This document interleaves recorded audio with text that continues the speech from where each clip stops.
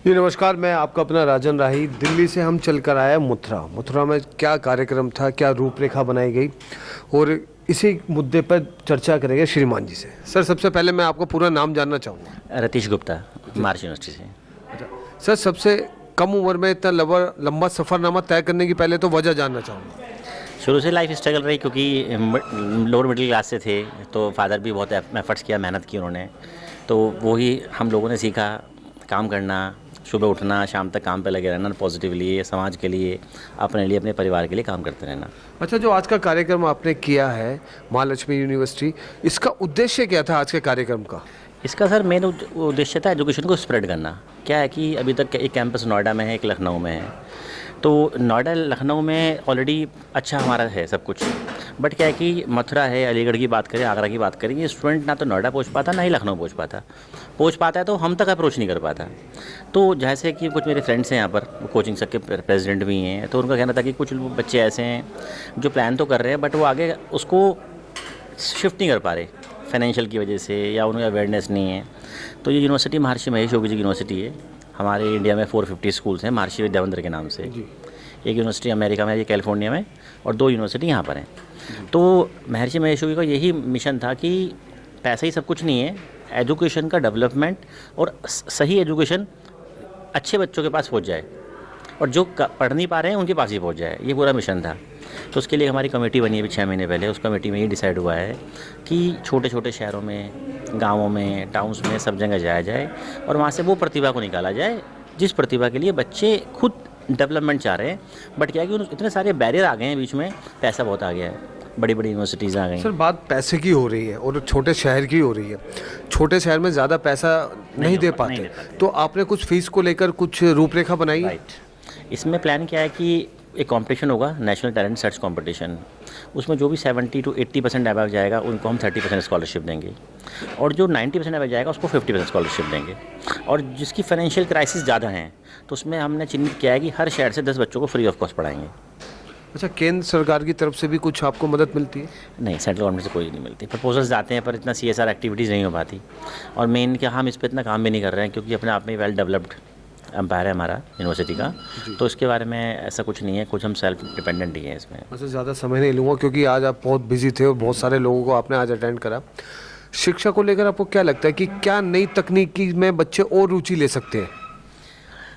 सबसे इम्पॉर्टेंट है कि अवेयरनेस कैंपेन। आजकल क्या है कि जैसे कोविड हुआ, 2 साल से बच्चे एक तरीके से डिजिटल मीडिया की तरफ शिफ्ट हो गए।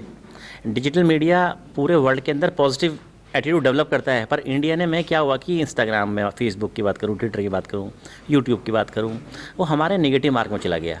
इसके पीछे रीज़न क्या है कि पेरेंट्स ने उनको मोबाइल तो हैंड ओवर कर दिया कि कोविड चल रहा है, ऑनलाइन क्लासेस चलेंगी, बट उन पर इतना कंसंट्रेट क्रिएट नहीं करा कि जो भी वो डिजिटल मीडिया के माध्यम से देख रहा है या पढ़ रहा है, वो सही दिशा में जा रहा है या नहीं जा रहा है, क्योंकि पेरेंट्स खुद इतने ज़्यादा बिजी हैं। तो मैं तो ये कहूँगा कि इसमें बच्चों के साथ पेरेंट्स को भी इन्वॉल्व होना पड़ेगा। सारा काम एक कॉलेज, यूनिवर्सिटी, टीचर, प्रिंसिपल नहीं कर सकता, सोसाइटी नहीं कर सकती, तो सेल्फ बच्चे को का ध्यान रखना पड़ेगा पेरेंट्स को, तभी जाकर शिक्षा में सुधार होगा। हम कितना कर लेंगे, हम आ जाएं यहाँ पर, अब 15 दिन के बाद दोबारा विजिट होगी, पेरेंट्स को समझाया, सब कुछ समझाया, अब तो पेरेंट्स पे डिपेंड करता है। सर, मेरे 2 सवाल है। महर्षि यूनिवर्सिटी का जैसे आज कार्यक्रम रहा और सफल रहा, बहुत लोगों ने आपकी बातें भी सुनी और फॉलो भी किया, अमल भी करेंगे। क्या ऐसे कार्यक्रम कब देखने को मिल सकते हैं आगे? सर एवरी मंथ चलते हैं सर, एवरी मंथ चलते हैं। अभी आगरा से सर आए हैं, पूरा आगरा देखते हैं। अभी नेक्स्ट प्रोग्राम हमारा आगरा में ही है, और उसके बाद फिर अलीगढ़ में है। मतलब क्रांति का रूप ले लिया? हाँ जी बिल्कुल। अभी कुछ दिन पहले लखनऊ में प्रोग्राम हुआ है, वहाँ पर अप्रॉक्स 250 आए थे। आगाज हो चुका है, अंजाम बाकी है। चलिए, चलते चलते अंत में एक और सवाल। यूथ बच्चों से, जो आने वाली युवा पीढ़ी है, उनके लिए आप क्या कहना चाहिए, क्या संदेश देना चाहिए शिक्षा को लेकर? यूथ से तो सिर्फ मैं यही कहना चाहूँगा कि जहाँ पर भी उनको लगता है जो उनका मेन करियर है 19 to 25, वो बहुत इंपॉर्टेंट टाइम होता है। इसमें ही उसको पढ़ना है, इसमें अपना करियर चूज़ करना है और अपना फ्यूचरिस्टिक प्लान करना है। तो मेरी तो रिक्वेस्ट सबको ये है कि 6-7 ईयर्स का जो एक टाइम पीरियड है हमारा, इसको पॉजिटिवली एजुकेशन की तरफ पूरा डाइवर्ट हो जाए, बाकी चीज़ों की तरफ डाइवर्ट बिल्कुल ना हो, और कोशिश करें अपने साथ साथ, हम तो अवेयरनेस डेवलप कर ही रहे हैं, 1:10 का रेशो रखें कि जो उसको पता है वो 10 बच्चों को पता लग जाए। बहुत सारे आजकल डिजिटल माध्यम है, गूगल भी अपना में बहुत बड़ा सर्वोपरि है, वहाँ से स्टडी करें। सब कहते हैं कि पैसे नहीं है इसलिए नहीं पढ़ पा रहा मैं।